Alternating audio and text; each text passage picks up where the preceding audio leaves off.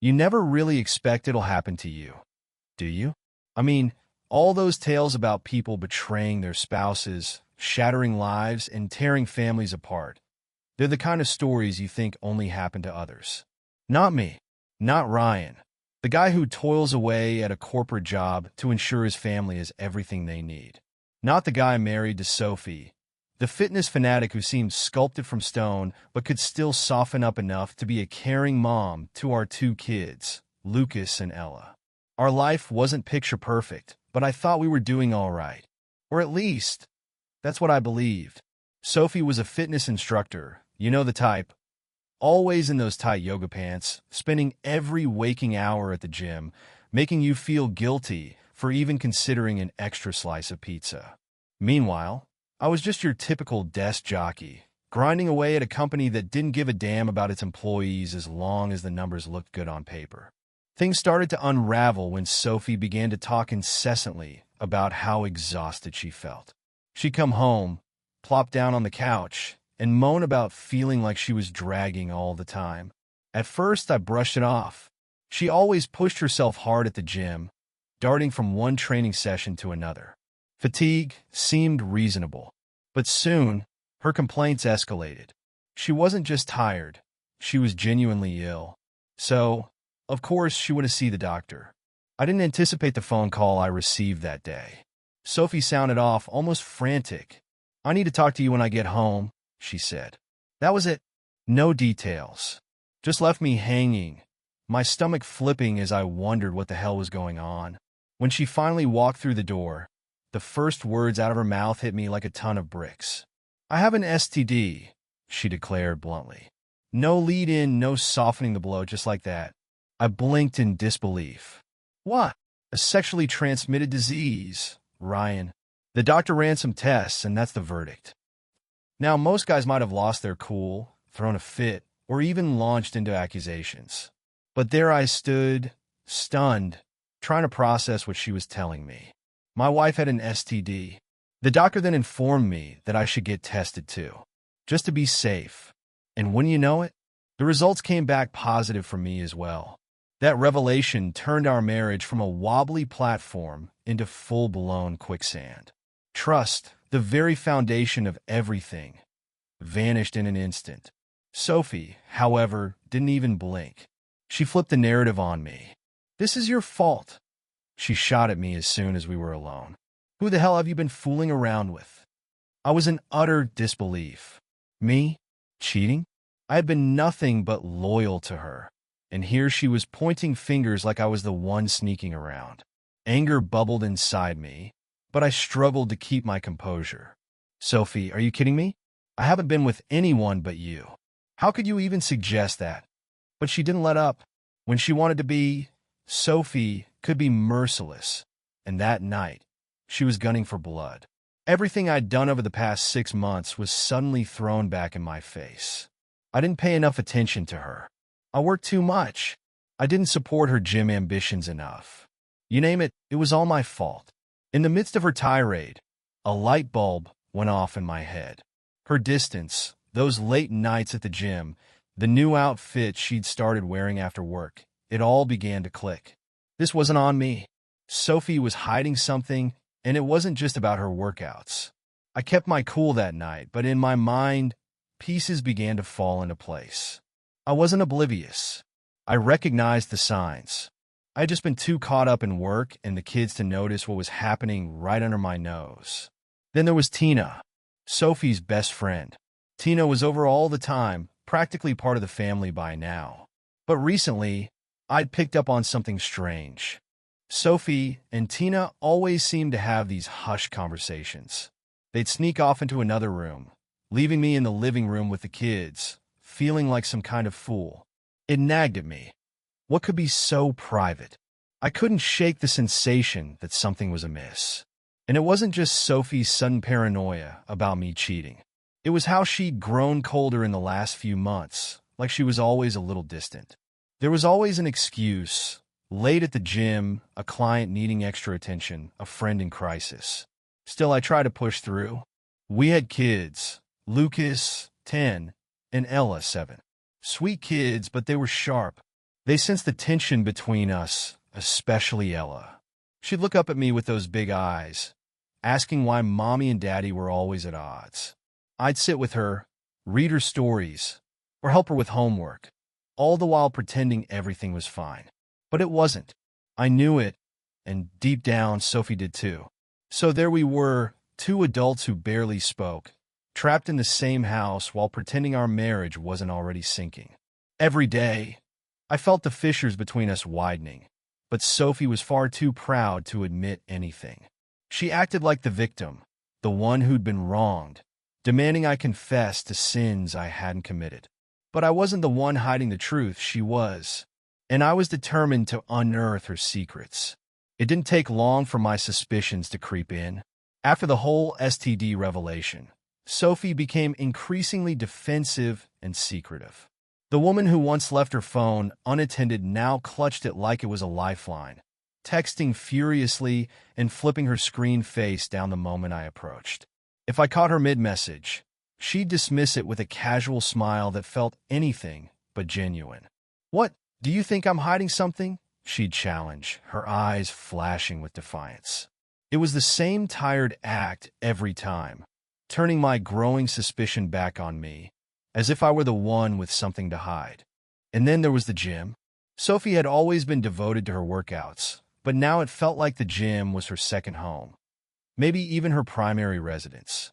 She was there at all hours, weekends, late nights, times she never used to frequent.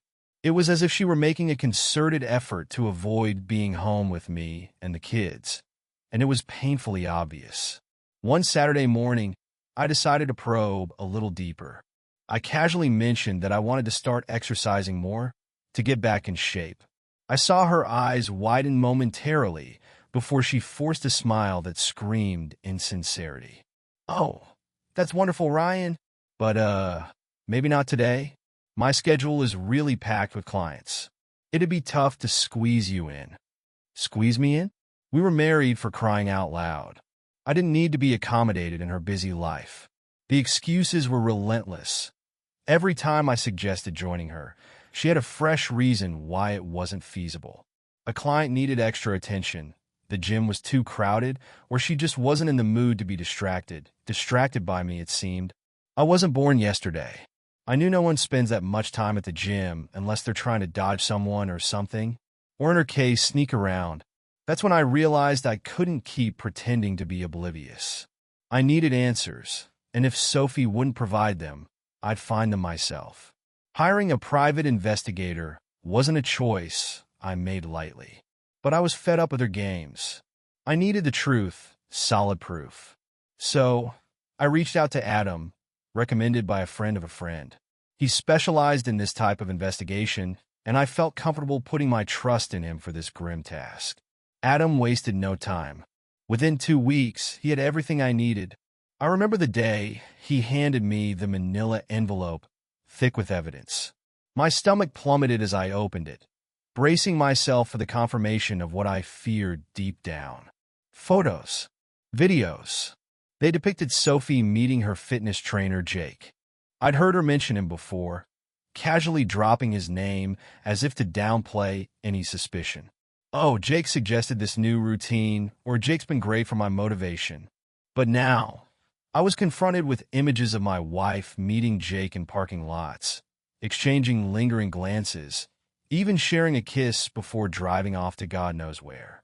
The videos were worse, grainy footage of them leaving together, their bodies pressed too close for a mere client and trainer relationship. I felt an intense cocktail of rage and numbness. Part of me wanted to throw a fit to confront her right then and there. But another part, perhaps the more dangerous part, was calm and calculating. This wasn't the moment for emotional reactions. It was time to plot my next move. In the days that followed, I couldn't help but notice every little thing Sophie tried to conceal. Her phone was always on silent. She'd started wearing new workout gear, flashy and tight, the kind that screamed, "Look at me." She'd come home late, drenched in sweat, but not from any workout I recognized. I began piecing it all together like a detective unraveling a complex case. The new lingerie stashed away in her drawer, the kind she hadn't worn for me, was definitely for Jake. Those long training sessions that somehow dragged on for hours. And Tina, her best friend, served as the perfect alibi. Sophie frequently claimed to be out with Tina, enjoying coffee or some girl time. But I wasn't naive. Tina was the perfect cover. The more I contemplated it, the clearer it became how often Sophie leaned on her as an excuse. Meanwhile, Tina, bless her oblivious heart, had no clue she was being played just like I was. It was all too glaring to overlook. Each time Sophie left the house, each time she glanced at her phone with that sneaky little smile, it only stoked the flames of my suspicion. My mind replayed every suspicious moment, every lie she told, and every time she dismissed my concerns. I began to notice even more unsettling details. Her mood swings were becoming increasingly erratic. One moment, she was her usual bubbly self, and the next, she would snap at me for the slightest infraction. It felt as if she were perpetually on edge, bracing for some impending explosion. Maybe she feared I was getting closer to the truth. Perhaps she was just waiting for the inevitable fallout. But I wasn't going to grant her the satisfaction of an easy escape. I had no intention of erupting in some dramatic showdown. No, I was going to make her sweat. I had the proof now. I held the upper hand, and I intended to use it. Tina came over one evening, as she often did. She plopped herself down in the living room, chatting away with Sophie while I pretended not to care. But I couldn't help but observe them closely. Sophie laughed too easily, putting on a show to maintain an illusion of normalcy. Meanwhile, Tina, blissfully ignorant, believed everything was perfectly fine. Little did they know, I was already several steps ahead of them. After Adam handed me that envelope, the course of action became crystal clear. I wasn't going to confront Sophie right away. That would have been far too simple for her, too gratifying. She didn't deserve the satisfaction of an emotional explosion or a heated argument where she could spin the narrative and paint me as the villain. No, I had something much more effective planned: revenge. I began meticulously analyzing the evidence. Those photos and videos weren't just proof of Sophie's betrayal. They were my tools for making her squirm, dismantling the little world she and Jake believed they had constructed in secret. Jake, that arrogant bastard, thought he could mess around with my wife and simply walk away unscathed. He had no idea who he was dealing with. I didn't plan to just show Sophie the evidence and walk away. That would have been the easy route, and I refused to show her any mercy. I wanted to make her life a living hell, slowly, painfully, and I wanted Jake to pay for interfering in my marriage. Literally, I bided my time, keeping up the facade of normalcy at home. Each day, Sophie would return a little later, her excuses growing increasingly flimsy, her smiles more strained. I watched her closely, fully aware of what she was up to, but refusing to say a word. The tension was palpable. She was clearly uneasy, perhaps wondering if I had figured it all out. Maybe that STD scare had unsettled her more than I realized. Regardless, I maintained my composure. At night, after the kids were tucked in and Sophie retreated to her side of the bed, I was busy strategizing. I didn't just want Jake to lose Sophie. I wanted him to lose everything.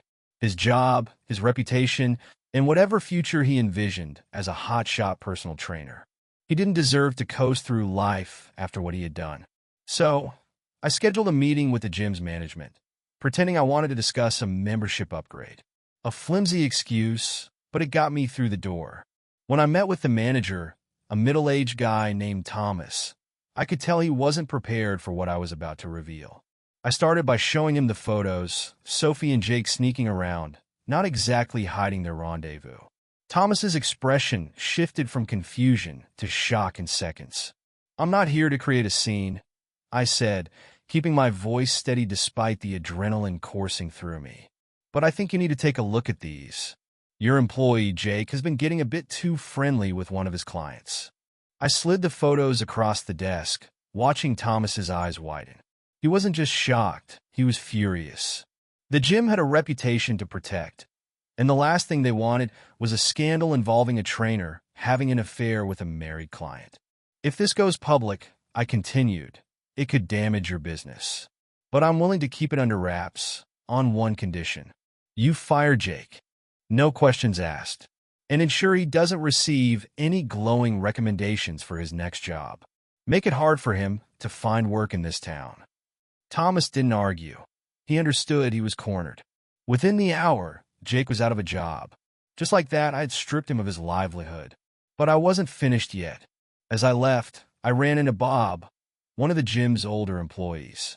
Bob wasn't particularly close to Jake, and his disdain for the guy was clear. He had witnessed Jake's antics for a while, flirting with clients, taking advantage of his position. This wasn't new, but apparently, Sophie was just the latest in a long line of poor decisions. Bob didn't hesitate to support me. I've seen what he's been doing, he said quietly as we chatted near the gym's front desk. I don't like how he treats people here. You did the right thing. We exchanged numbers, and Bob promised to keep me in the loop regarding any fallout. He didn't need much convincing. He was just as eager to see Jake get what was coming to him as I was. Meanwhile, at home, I continued to play the long game with Sophie. Each time she returned from her sessions at the gym, I could sense the nervous energy radiating off her. Maybe she was starting to feel the weight of her lies. Perhaps Jake was feeling the pressure from his sudden unemployment, or maybe it was just her guilt catching up with her. Either way, she was on edge, and I relished every moment of it. I began to play mind games with her, just a little. I'd drop casual hints about the gym, casually mentioning how busy Jake must be with all his clients. I could see her body tense, the smile on her face wavering. She had no idea I was already privy to everything, and that uncertainty gnawed at her insides. One night during dinner, I nonchalantly brought up, I heard the gym fired a trainer. Tough break for him, huh? I caught her eyes widening with panic for a split second before she masked it. Oh, that, she said, forcing a smile. I think I heard something about that, but I didn't know him well. Liar. Right there at the table, I could feel the shift in power. She was slipping, and she knew it. But I wasn't about to let her off the hook just yet. I wanted her to squirm a bit longer. The more time passed, the more anxious she became. Sophie's affair with Jake was crumbling, and she was blissfully unaware that I was orchestrating it all. She still thought she held the reins, convinced she could keep me in the dark. But I wasn't going to let this blow over. Not yet. I had plans for both of them, and by the time I was through, Sophie wouldn't even recognize the life she once thought was so secure. This was about more than revenge. It was about ensuring she understood, deep down, that she had picked the wrong man to mess with. I was just getting started. I had already torpedoed Jake's career, and Sophie was teetering on the edge without even realizing it. But I wasn't finished. Not by a long shot. There was one more move I needed to make. Something far more personal, something that would wound her even deeper. That's where Tina entered the picture. Tina had always been part of the scene. Sophie's best friend since college. She was a regular fixture in our home, swinging by for drinks, dinner, or just to gossip about the latest drama in their lives. Initially, I hadn't given her much thought. She was pleasant enough, and we got along fine, but I never thought of her in any special way. However, after everything that had unfolded with Sophie, I began to notice things. The way Tina's gaze lingered on me just a bit too long. How her laughter came a little too easily when I cracked a joke. Maybe I was imagining it, or maybe it was real. But one thing became glaringly obvious. She was attracted to me. Once that thought crossed my mind, the next step in my revenge became crystal clear. At first, I didn't act on it. It was merely a dark fantasy, a twisted notion of getting back at Sophie by seducing her best friend. But the more I contemplated it, the more it seemed like the perfect move. If I could seduce Tina, if I could sleep with her and demonstrate that Sophie's betrayal wasn't one-sided, it would devastate her. She would lose both her husband and her best friend in one fell swoop. The opportunity arose one Friday night while Sophie was out at the gym, likely meeting up with Jake, who was of no use to her now that he was unemployed. Tina arrived for what seemed like a casual visit. a glass of wine, and some idle chatter. But as soon as she walked in, I could feel the electric tension in the air. I played it cool, keeping our conversation light at first. We sat on the couch, a bottle of wine between us, discussing everything and nothing. But there was something different about Tina that night. She was playful. Perhaps it was the wine, or perhaps it was something deeper, but her laughter flowed too freely, and her hand lingered on my arm longer than necessary. I began to test the waters, tossing out subtle compliments to see how far I could push before she would push back. But she never did. Every compliment I offered, every flirtatious remark, was met with a smile and a blush. It was almost too easy. At one point, Tina made a comment about how Sophie's lucky to have you. And that's when I knew I had her. I leaned in closer, lowering my voice to a conspiratorial whisper that felt intimate. Lucky, I replied with a smirk. I'm not so sure. Sometimes I wonder if she even realizes I'm still around. Our eyes locked, and an unspoken connection passed between us, an understanding that didn't need words. She bit her lip, clearly unsure of how to respond, but her expression spoke volumes. She was intrigued. She was interested. I slid closer on the couch, letting my knee brush against hers. She didn't flinch. You know, I said softly, sometimes it's nice to talk to someone who actually sees me. Her breath caught slightly, and she shifted in her seat, clearly flustered but unwilling to retreat. The electricity between us was palpable, and the tension escalated with each passing moment. Then, in a moment of boldness, no, I knew exactly what I was doing. I reached out and tucked a stray strand of hair behind her ear, letting my fingers graze her cheek. Tina froze, her eyes wide, but she didn't pull away. I whispered, "You're beautiful," leaning in just a fraction closer. Her lips parted slightly, breath shallow, and in that moment, it was clear she craved this as much as I did. The next move was hers. She could pull away, laugh it off, act like nothing was happening, or she could lean into it, let it unfold. And lean in she did. Before I knew it, her lips were on mine, soft at first, hesitant, but soon gaining confidence with every heartbeat.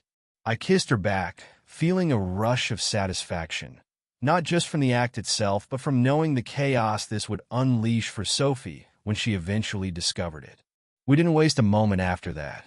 One thing led to another, and soon we were tangled up in each other, lost in the fiery moment. It wasn't love, not by any stretch. It wasn't even lust. It was pure, unadulterated revenge, and it felt exhilarating. When it was over, we lay in silence for a while, the gravity of what had just transpired settling in. Tina appeared a bit dazed, perhaps even regretful, but I felt no guilt at all. This was all part of my plan. For her, this might have been a mistake, a one-night slip-up she'd want to forget.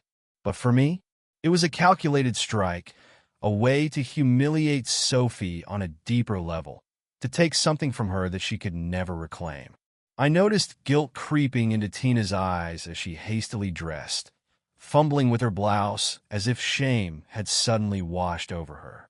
But I didn't say a word to comfort her. I didn't need to. I had achieved what I wanted, and that was all that mattered. As she hesitated at the door, her voice trembling with uncertainty, she asked, "This stays between us, right?" I offered her a smile, cold and calculated, perfected over the past few weeks. "Of course, our little secret." She nodded, but I could see the doubt flickering in her eyes. Maybe she knew, deep down, that secrets like this rarely remain buried for long. Once she left, I sank back onto the couch, a wave of triumph washing over me. Sophie was still out there, blissfully ignorant that her husband and best friend had just betrayed her in the most intimate way possible. She thought she was in control, that she could maintain her little charade with Jake. But when she found out about Tina and me, it would shatter her completely. I couldn't wait to see the look on her face when it all unraveled.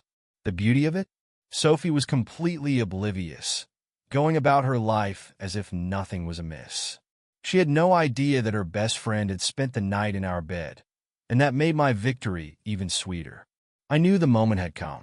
After weeks of watching Sophie squirm, playing her guilt and paranoia against her, it was finally time to pull the plug.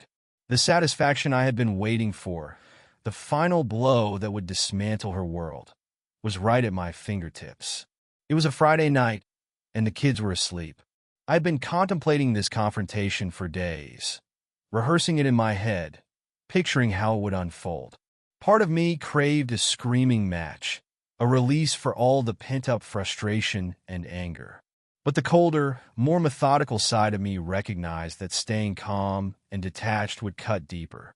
If she thought she could manipulate me and twist things to make herself the victim, I was ready to shut that down immediately. I found her in the living room, scrolling through her phone, probably texting Jake. The thought churned my stomach, but I kept my expression neutral. As I entered the room, she looked up at me, her face devoid of any hint of what was about to come. "Sophie," I said, my voice low and steady. "We need to talk." Something in my tone must have triggered her, because a flicker of nervousness crossed her features. "What's going on?" she asked, setting her phone down, still keeping it within reach. I wasted no time. I pulled out the envelope Adam had given me weeks ago, the one filled with photos and videos of her and Jake sneaking around like two love-struck teenagers. I tossed it on the coffee table between us. She stared at it, frozen, her face paling. "What's that?" Her voice quivered, already cracking. Deep down, she knew. "Open it," I said, crossing my arms and leaning against the couch. My heart raced, but I kept my tone calm and devoid of emotion. Sophie's hands shook as she reached for the envelope. She opened it slowly, as if dragging it out might alter what was inside. But nothing could change the truth within. The reality was right before her. As she pulled out the photos, her complexion went ghostly. She flicked through them in silence, her eyes widening with each image. I could see panic setting in, the horrifying realization that her secret was no longer a secret. She began, but I interrupted her. "Don't. Just don't." I pulled out my phone and pressed play on one of the videos Adam had captured. The grainy footage, shot from a distance, was enough to expose her, showing her sneaking out of a parking lot with Jake, their hands all over each other. "I know everything, Sophie. The affair with Jake, the lies, the excuses. All of it." Her eyes widened in shock as she processed my words. For a brief moment, she attempted to recover, to play the innocent card she was so accustomed to. "Ryan is not what you think. He's just—" "Don't lie to me," I snapped, my voice slicing through her pathetic attempts at denial. "I have the photos, the videos. I've known for weeks, so don't even try to deny it." Her facade crumbled before my eyes, and I could see the cracks forming.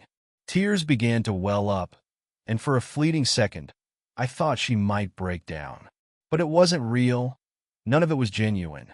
"Ryan, please," she whispered, her voice shaky. "I didn't mean for it to happen.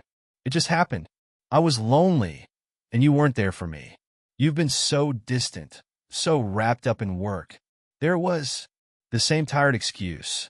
She was poised to twist this around and make herself the victim. The anger that had been simmering within me finally boiled over. "Don't you dare," I warned, my voice low and dangerous. "Don't you dare try to pin this on me. You're the one who cheated. You're the one who lied. Don't pretend I'm the reason you decided to betray our marriage." At that, her tears spilled over, but I felt no compassion. I had seen this act before, and I wasn't falling for it this time. "I'm filing for divorce," I declared, my voice icy and resolute. "And I'm fighting for full custody of the kids." Her sobs intensified, echoing in the room. "No, Ryan, please. We can work this out. Think about Lucas and Ella. They need us both." "I am thinking about them," I shot back. "That's exactly why I'm ensuring they don't grow up in a house with a cheating mother." Sophie collapsed onto the couch, her head in her hands, sobbing uncontrollably. I felt the tiniest flicker of satisfaction, but it wasn't enough. Not yet. Just when I thought the moment was mine, the front door creaked open, and Tina stepped inside. I hadn't anticipated her arrival, but in a twisted way, it was perfect timing. This was about to get much uglier. Sophie looked up through her tears, seeing her best friend walk into the room. "Tina, please tell him. Tell him it was a mistake. Tell him." But Tina's face was ashen, her hands trembling. "Sophie," she murmured, her voice laced with guilt. "There's something I need to tell you." I watched as words struggled to form on Tina's lips. She glanced at me and then back at Sophie, her eyes filled with remorse. "What is it?" Sophie asked, her voice thick with tears. Tina inhaled deeply, locking eyes with Sophie. I contracted an STD, Sophie, and it wasn't from anyone else. It was from Ryan." Sophie froze, her sobs abruptly ceasing as her world imploded. The ground seemed to shift beneath her. Her expression morphed from disbelief to horror, then to rage. "You what?" Sophie's voice barely broke the silence. Tina couldn't hold back any longer. "I'm so sorry. We slept together. It was just once, but it happened." For a moment, I expected Sophie to explode, scream, yell, throw something, but she didn't.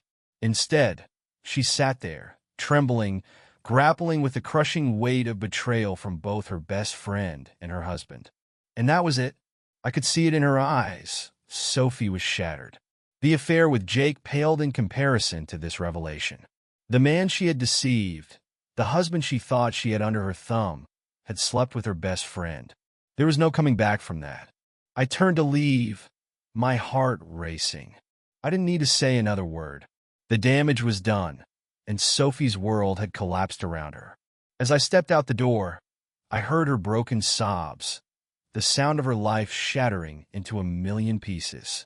For the first time in months, I felt free. The day the divorce was finalized felt like stepping into the light after years spent in a suffocating darkness. It was official. Sophie was out of my life. The kids were with me most of the time, and the chains of a toxic marriage had finally been severed. The relief that flooded over me was indescribable. For the first time in years, I could breathe freely. In the months leading up to that moment, I had been planning something bigger, something I had relegated to the back burner for far too long. Sophie had always found ways to shoot down my dreams, constantly reminding me how risky it was, how unsafe it would be for the family. Like a fool, I let her. I allowed her to trap me in a life I never wanted. But now there was nothing standing in my way. I had always envisioned launching my own business, a tech consulting firm. I possessed the skills, the experience, and the right connections. For years, I had been working for others, making them rich while my own ambitions stagnated. But now I was ready to do it for myself. With Sophie out of the picture, I dove into the business with a passion I hadn't felt in years. I rented a small office space downtown and began making calls. At first, progress was sluggish. A few contracts here and there, nothing major. But as word spread about my offerings, things began to take off. I vividly recall the day I signed my first significant client, a healthcare company seeking to overhaul their entire IT infrastructure. It was a massive project, more than I had ever tackled alone, but I didn't hesitate. I took the leap, and it paid off. Within a year, my business was thriving. I found myself overwhelmed with work, so I brought on a few trusted former colleagues, people who wanted to escape the corporate grind. We worked hard, but it was on my terms. I was in control, and it felt incredible. Every new contract, every successful project reminded me that I didn't need Sophie to achieve my dreams. I had never needed her to hold me back. I was free. As my business grew, so did my confidence. I was no longer just a guy getting through the day. I was successful, building something real, something that belonged to me. With that success came a sense of peace I hadn't experienced in a long time. No more games, no more manipulation. Just me and the life I was crafting for myself and my kids. And then there was Sophie. Her life, on the other hand, was unraveling. News of the affair spread quickly. It always does in these situations. At first, it was whispers, at the gym, in the PDA, among her friends. People began to distance themselves. Invitations to social events dried up. Her so-called friends disappeared one by one until she found herself isolated.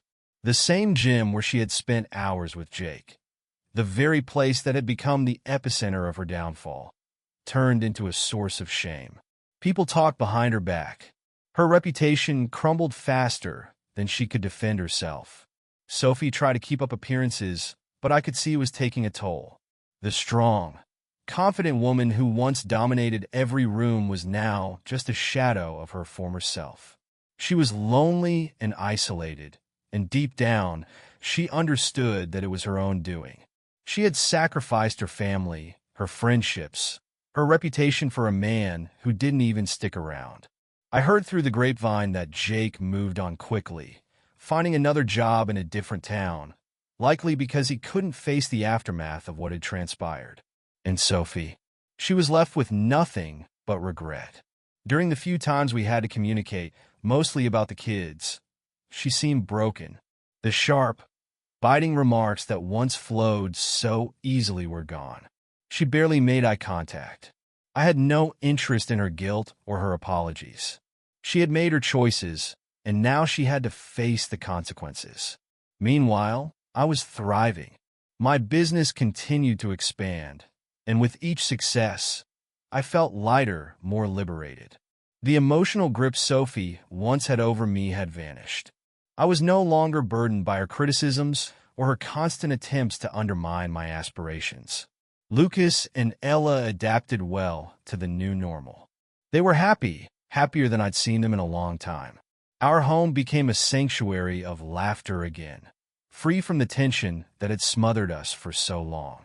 I spent quality time with them, no longer interrupted by Sophie's nagging remarks. I was finally able to be the father I had always wanted to be, not the one she tried to mold me into. Occasionally, I found myself reflecting on how everything had unfolded, how Sophie's life had spiraled downward while mine had taken off. I felt no sympathy for her, not one bit. She had made her choices, and now she was facing the repercussions. For me, this was a new beginning, a fresh start. The toxic marriage that had once defined my existence was nothing but a memory.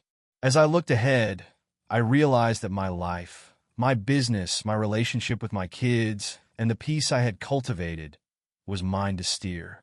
No one else's. Sophie had lost everything, but I had gained something far more valuable: my freedom.